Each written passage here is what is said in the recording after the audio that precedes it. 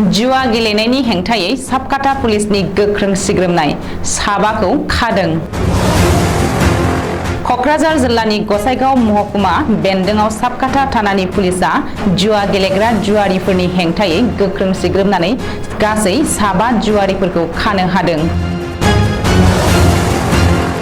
दुर्गा फुजानि सिगां गसाइगाव ओनसोलनि 2 नं पलासगुरि गामिनि हजरत आलीनि न'आव जुवा गेलेफुबाय थानाय समावनो बेंहैनानै गासै साबाखौ हमनो हादों।